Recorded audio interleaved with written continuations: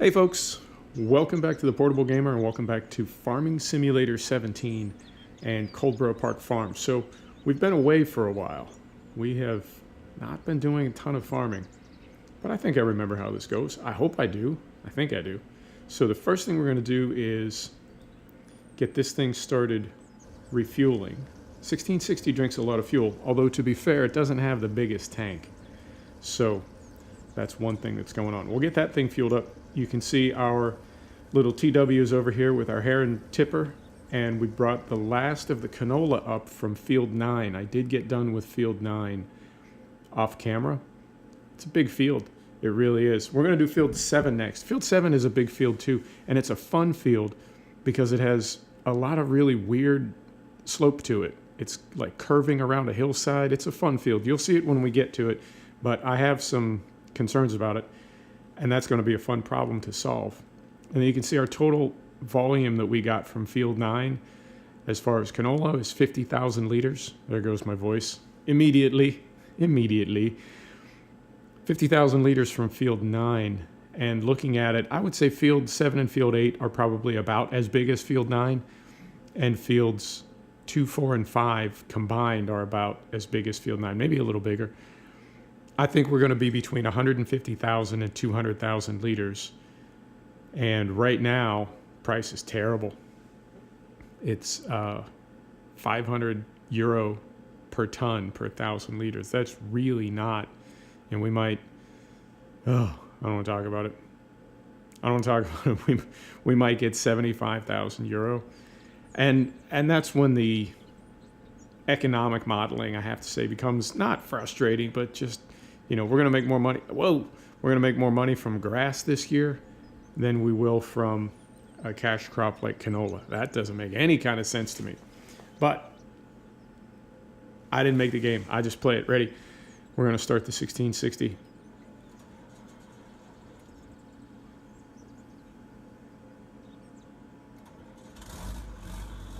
Beautiful.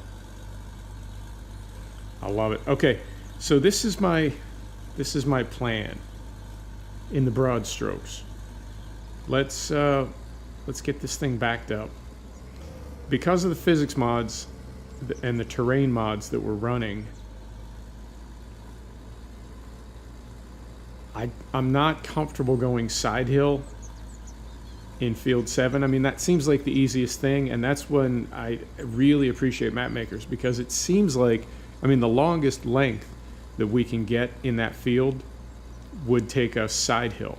And I know for a fact, because it was happening when we were seeding it, that we will slide sideways down the hill. It's with the terrain and physics mods that I'm running, it's almost impossible to keep a vehicle tracking straight across that side hill, no matter how big or heavy the vehicle is. But then there's also, over in one far corner of the field by the timber area, there is also a massive uphill that I don't think we'll be able to get up in this 1660. So this is my plan. What I'm going to do is drive down this north side of the field right here, right? And then at the bottom, I'm going to turn around and come back up it and make one headland anti-clockwise, right? And then turn it around. And I believe as long as it took to fill the tank on field 9, I believe we can make it all the way around, because after I get down to the bottom of the hill and turn around, when we make that anti-clockwise headland, obviously the pipe is going to be on the wrong side. So if we get full, there's no way to get, I guess we could either crush a little crop, or I could try to back it up onto the grass verge and then slip the ford in on the left. You know what I mean. But I believe as long as it took to fill the tank on field 9, I believe that after we make our turnaround, we'll be able to get one full headland anti-clockwise without emptying the tank. So this hill that we're going down right now, when we get going the other way, this is the hill that I want to be going up, because I know the 1660 can make it up this hill, but the one on the other side, I'll show it to you when we get to it. I won't say that I'm certain, that the 1660 could not make it up that hill, but I really doubt it. And if it did, it would be going very, very slowly. So I think this is, it might not be the best solution, but I think it's a solution. I think it is. And the nice thing is, when I was seeding, I ended up with a little dead space down here anyway, so this is a perfect place for us to turn around.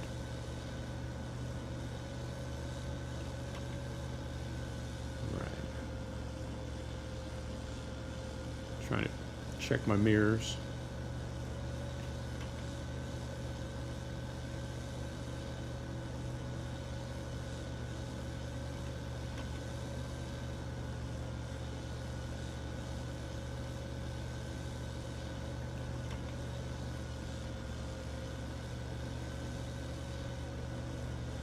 Right. Okay. I think we're good. Well, we might not be good, but we're doing it anyway. I think we are. I think this is good. In fact, I'm going to get some cruise control going. Not going to put it in reverse. I'm going to get some cruise control going. There we go. So yeah, I think most of this episode is going to be in this combine harvester. I don't know. I mean, we may trust it to a worker after we get that first headland in, but we might not. I know even with the smart worker, the smart AI, I know sometimes it can. I mean, I realize that it's just processing through like various options in the code. And, you know, if this, then that sort of thing.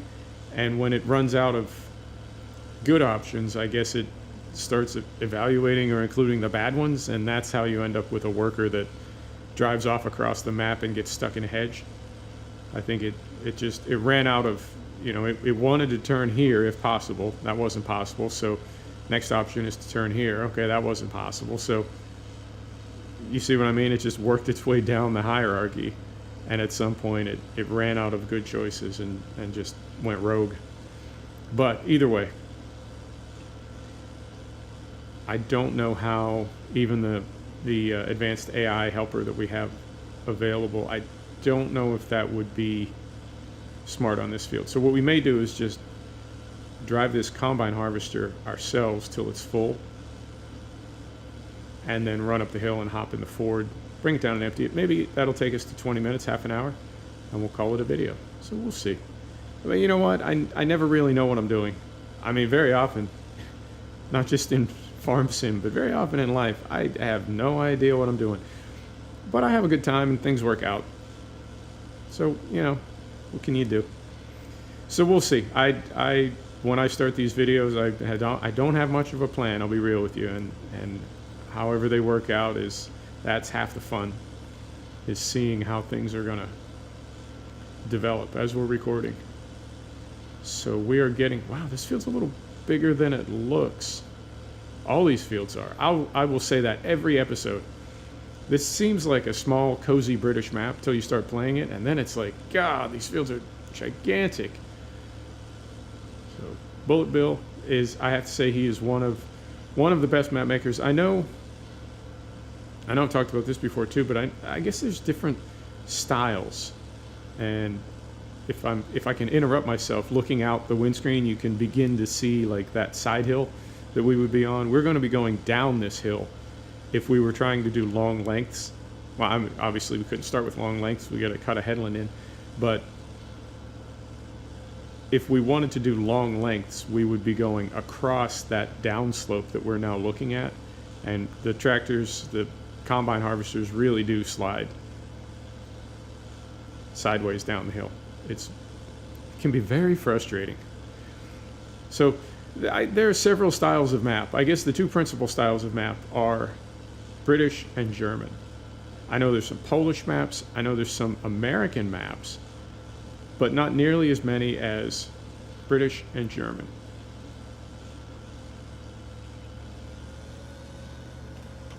And they're completely different, not just in the, I don't want to say this, not just in the terrain and the geography, obviously, but in the features that are included and the way that the maps play. I noticed German maps tend to have a lot more. Missed it. I thought I got it. German maps tend to have a lot more gizmos, for lack of a better word. Yeah, you can't really tell. Maybe you can tell from the speed. I'm really holding the brake, but we are going down such a steep hill right now.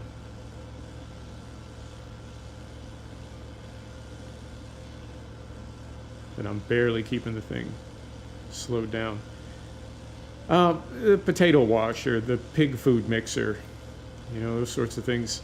The like more complicated switching systems and automated dairy feeding systems, and those things tend to be more on the German map side. And I guess the culmination of that, or the map that I've seen that has the most of that stuff is Hofbergman by the Modding Welt crew. It's like the whole map is just like fun stuff. And I mean, you have to pick up the trash in the town and take it to the dump. You have to empty the septic tanks at the houses in the town. You go to the council building in town and buy water, and then it is delivered to your farm, but you have to purchase water from the council. It's not bad. It's not bad stuff. But I do think of it as kind of gimmicky. And I guess to German players, the way that they like to play, they like those sorts of details. And I noticed British maps typically don't have a whole lot of that. Sometimes you'll see the compost master on a British map, but for the most part, I feel like British maps are kind of not, I don't want to say stripped down, and I'm definitely not saying anything bad about them, but they tend to be more almost purist, I guess. Is that a good word for it? Possibly.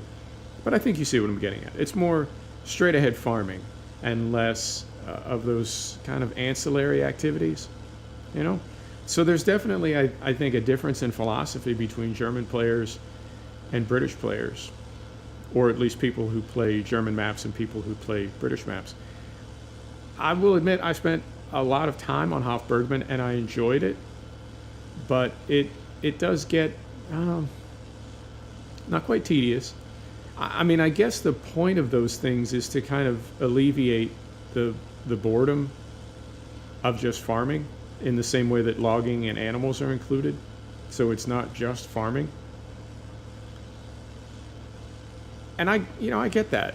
And I have to admit that there was something kind of fun, kind of novel, that periodically you had to hop in a tanker and drive around town and back into all these tiny driveways and through narrow streets to empty all the septic tanks in the town. Okay, I'll give you that. That's a cool thing.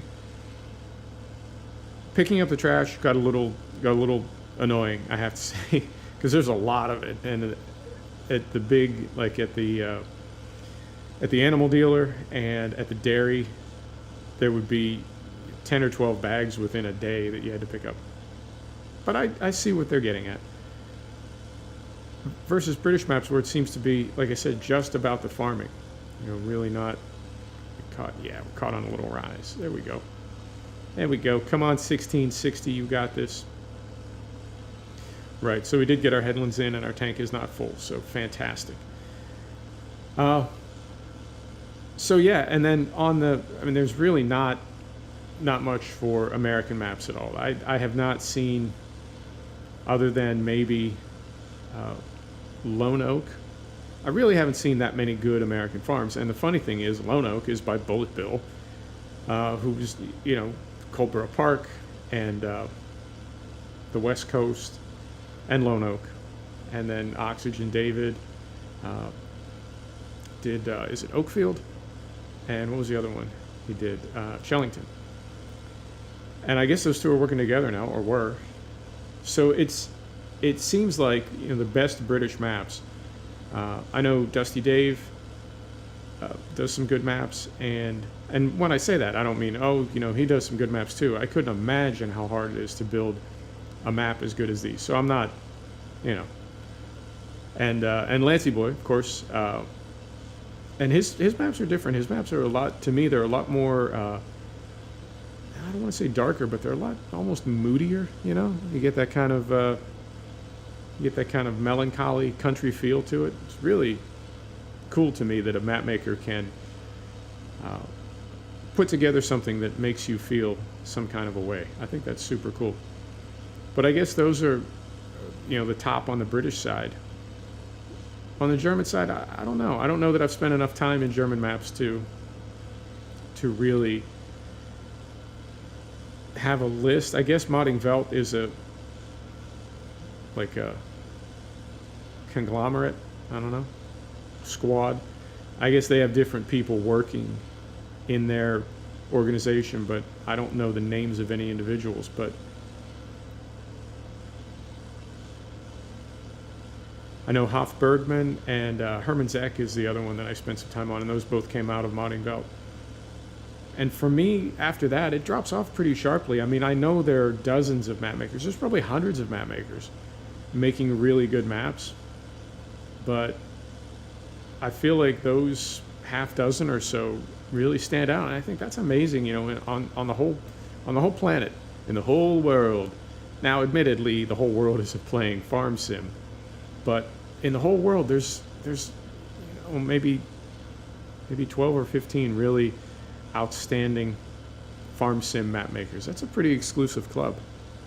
I think that's super cool. This whole franchise continues to, every time I play it, I'm just blown away by the fact that something this silly could be this immersive. You know, and it's not, when I say it's silly, I mean the concept is silly. The execution, I think, is really, really good, both by the developer and by the modders. But the concept itself is kind of silly. You're going to simulate farming. Yeah, it's a farming simulator. You're going to drive around with tractors and stuff. It's kind of goofball, but it really is. I mean, what a great way to relax and spend some time. I love it. So I think, as big as this field is, in real life, how long would we spend on this field? At least a day. At least a full day in real life, you think? Yeah, I think so. 2 days? Maybe. I don't know. You don't want to do your harvesting first thing in the morning, right? Because your grain is wet. It's got dew and condensation on it. You want to wait till the sun's been out for a while and things are nice and dry. Is that right? Do I know what I'm talking about? Possibly. Let's hop back out here. Yeah, I think we got enough room to work. Wow, that thing is loud. So let's do this. Let's shut her down. And I don't know. Well, I don't know a couple things. We may be. Can we do a 3-point turn here? Maybe.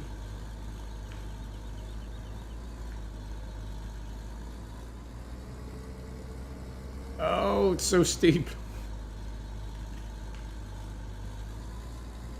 Yeah, we would be coming up that hill right behind us.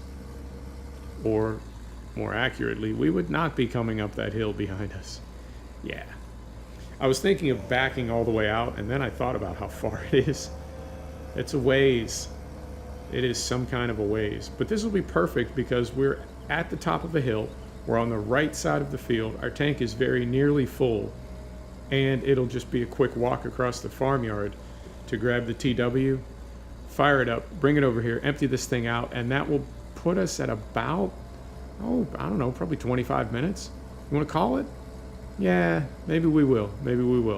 Let's see how we do. And again, this is a real farming question. I don't know that you'd want to stop this thing on the hill to empty the tank. I think you would rather be on kind of a flat spot, and it looks kind of flat right here. So let's set the brake. Put the pipe out. And I think there's enough room. Yeah, there's enough room for the TW to get through there. Now, the only other question is, when we come through this gate, will we be able to swing that thing around to the right? Yeah, I think so. See what I mean? When we're coming through this way, will we be able to make this right turn to head over to the 1660? I believe we will. I think we will. Confidence is high, as they say. So let us hop into TW. Now, off camera, I put away the 1455 and our fantastic Stewart silage trailer. I took that back down to the dairy and got everything parked up neatly. Occasionally I will just stuff something in the corner of a yard, but I really don't like to do that. Me and my OCD really don't like to do that, so I try to keep it to a minimum. So this right here it's a little half-assed, but sometimes it's the way it works out. Ready? Get her started up. I feel like all of the tractors that I'm running right now, and the combine harvester, they all have fantastic sound.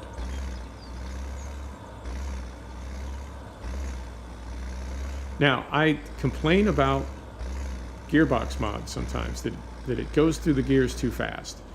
And I can, in fact, I don't have to tell you, I can show you. Moment, please. Get this big old thing slowed down. If we go here, these are some of the settings for gearbox. And you can change everything in here. And one of the things that you can set is up here in this top right corner. You can actually set what gear the tractor starts in.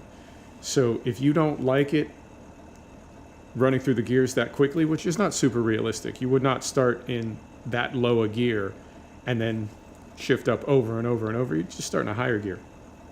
And there's also range.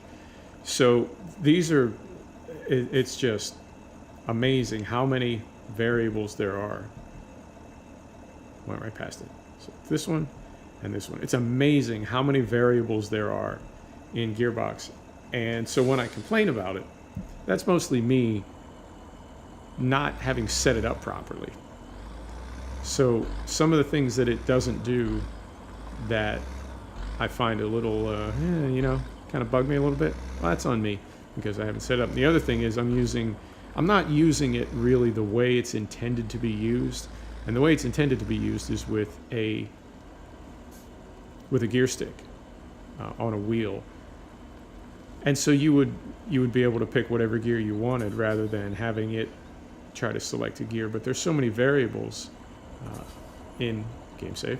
There's so many variables in the game, right, at any given moment, that I think it is hard for it to know what gear to pick. So it does its best. And there's certainly, I could pick up a little bit of the slack there and do some things my own self.